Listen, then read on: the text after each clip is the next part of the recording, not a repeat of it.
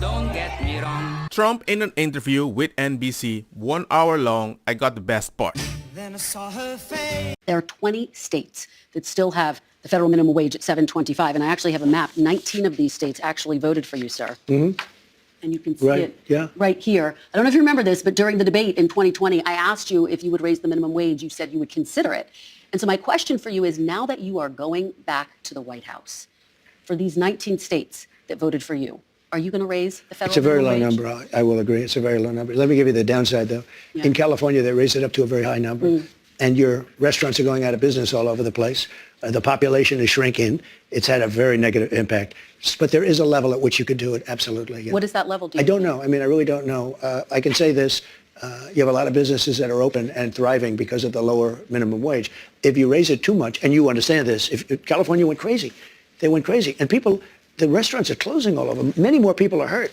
So I hear you saying, similarly to sort of what you said in 2020, will you consider it? Is this something you're going to look at? I'd want to speak to the governors. And the other thing that's very complicated about minimum wages is places are so different. Mississippi and Alabama and great places are very different than New York or California. I mean, in terms of the cost of living and other things. So it would be nice to have just a minimum wage for the whole country, but it wouldn't work because you have places where it's very inexpensive to live, where a minimum wage, which is $8 or $9, might be, might have very little effect because the cost of living in certain places is really low. I find it rather odd that somebody needs to teach you basic economics. Sure, you can just raise the prices, but the food prices would also go up. And then later people can maintain that because they're going out of business. And the fact that people focus, remember the promise that you made. And it's like, remember what you did to California? Next topic, 14th Amendment.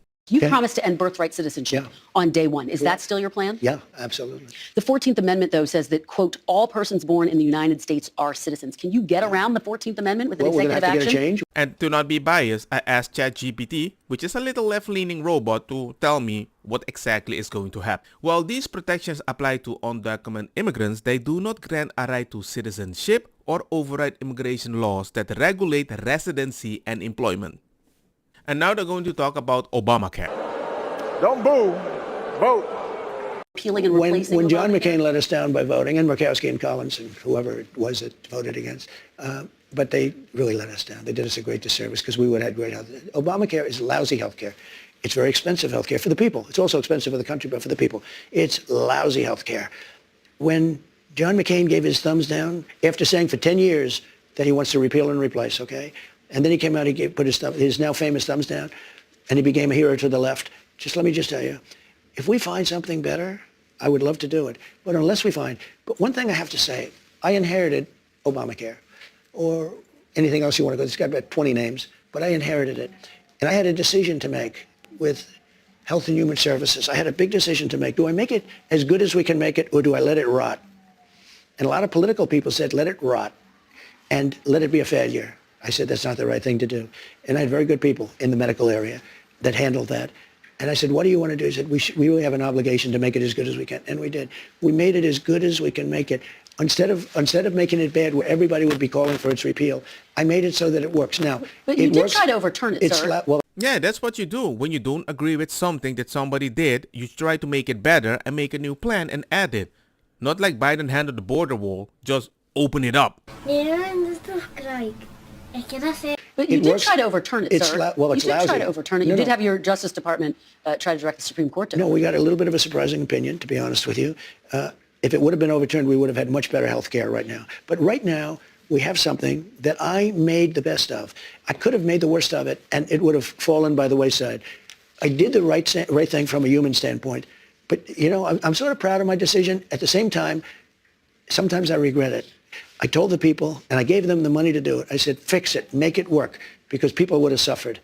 But it's too bad that they voted no. I wish John McCain, he fought for 10 years on replacing Obamacare for 10 years, and then he voted against. Nobody understands Sir, it. you said during the campaign you had concepts of a plan. Do you have an actual plan at this point for health care? Yes, we have concepts of a plan that would be better. Still just concepts? Do you have a fully developed plan? Let me You can ask me, do you have a concept how you're going to enjoy your vacation in Italy? No, I haven't eaten the pizza yet, but I have an idea. I have Right, friends? I mean, you need to plan it out, but that's a concept. Imagine if Trump did the Kamala thing. Well, once I'm in power, you'll see. That's it. That's the plan.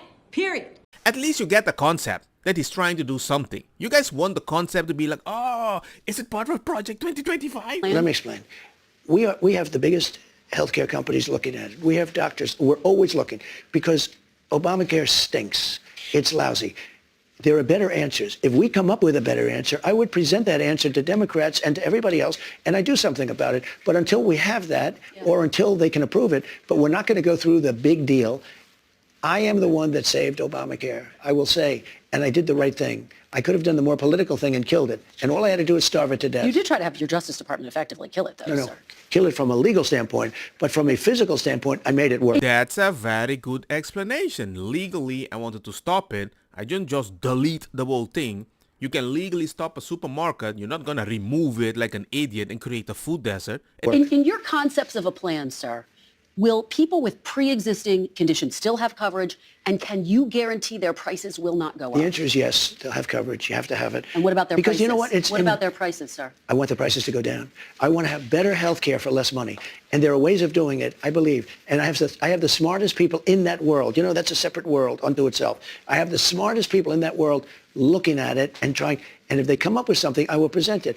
Now, maybe you won't be able to sell it, but if we get better health care for less money, I believe it's very saleable. Just very quickly, when will we see your fully developed plan? When are you going to show I don't know the that you'll public see it at all. I can only say that we have some of the best health care people. I've always tinkered with it. I think it's a little hard to explain. Obamacare, when I took it over, was a disaster. And I made it It has insured workable. 20 million people. Yeah, because of me.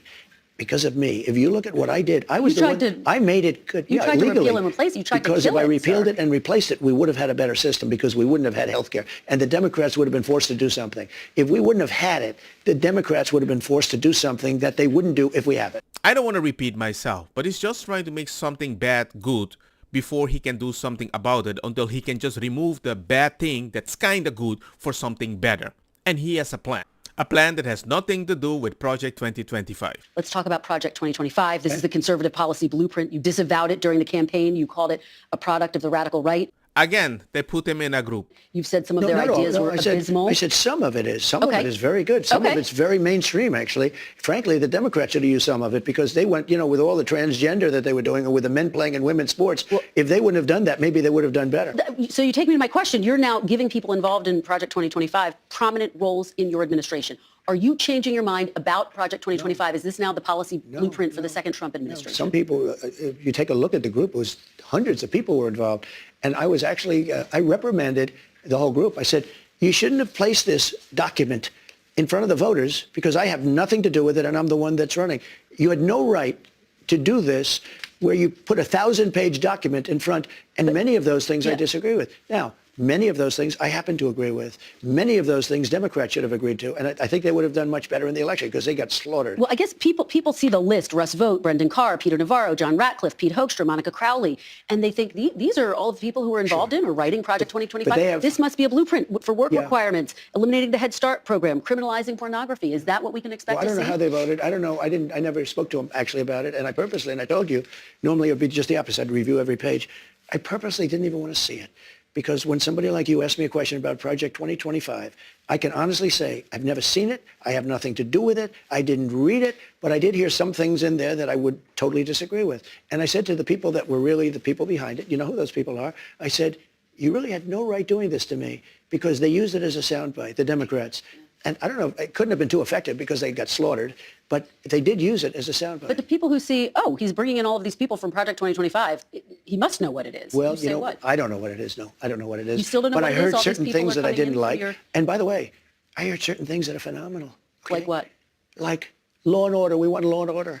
Okay? Little things like, let's put prisoners in jail. Let's not let people come out and raid every drugstore in Manhattan so that we have to put glass up and every store is going out of business. Now that's evil. I'm so happy he's not focusing on the thing that he never wanted to be part of, but he is focusing on the thing that he wants that the justice system have to do correctly instead of deleting information so certain people are not accountable.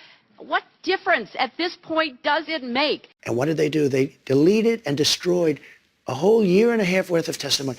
Do you know that I think those people committed a major crime. Sir? And Cheney was behind it. Well- and so was Benny Thompson and everybody on that committee.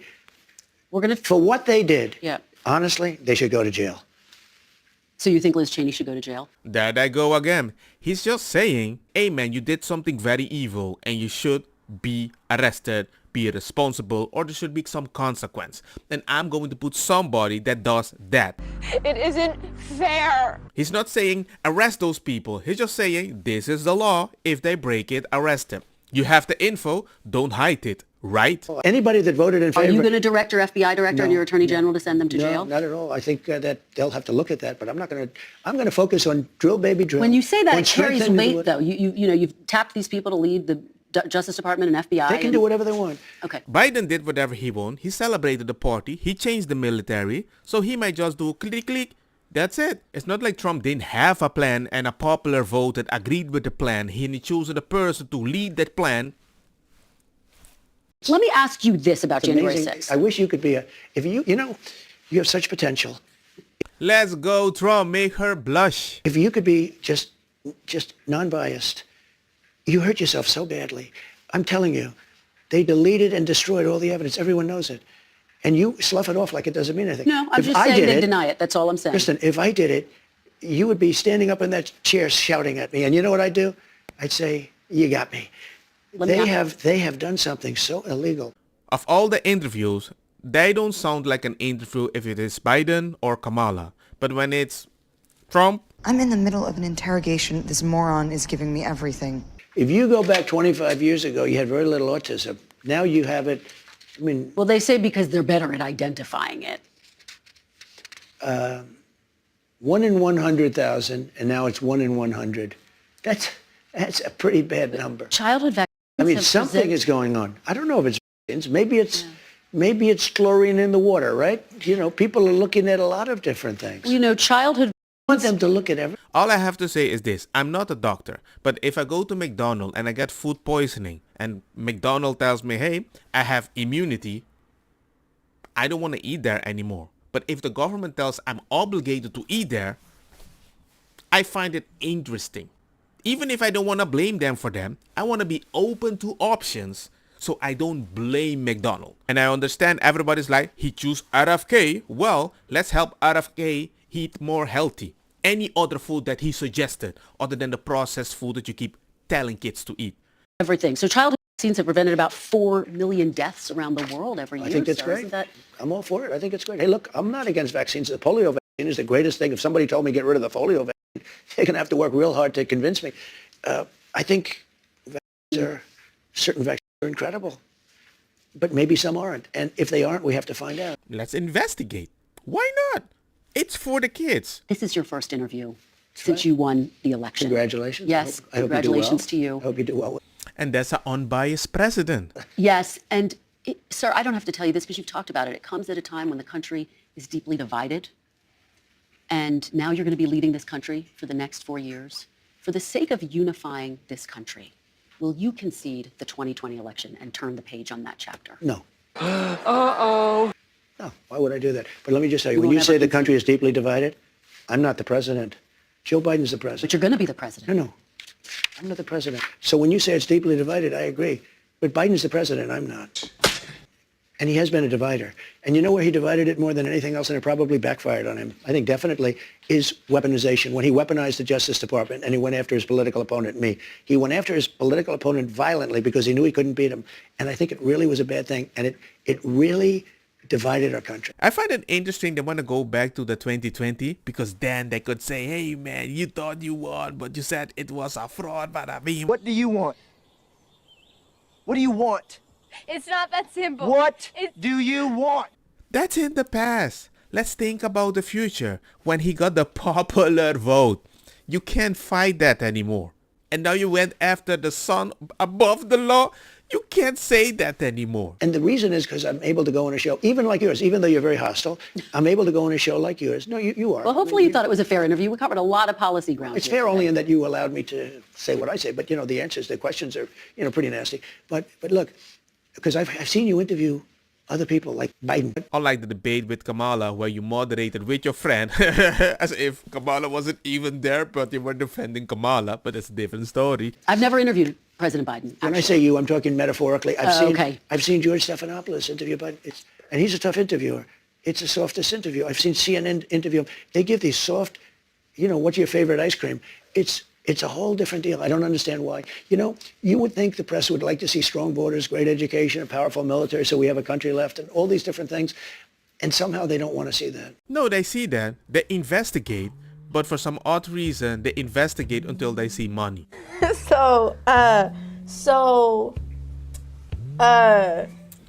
Don't get me wrong, makosa kita bong. Put the fire na mi blonde kush hash purple skunk criollo colombici jam jam. Durloketa berdetta welcome.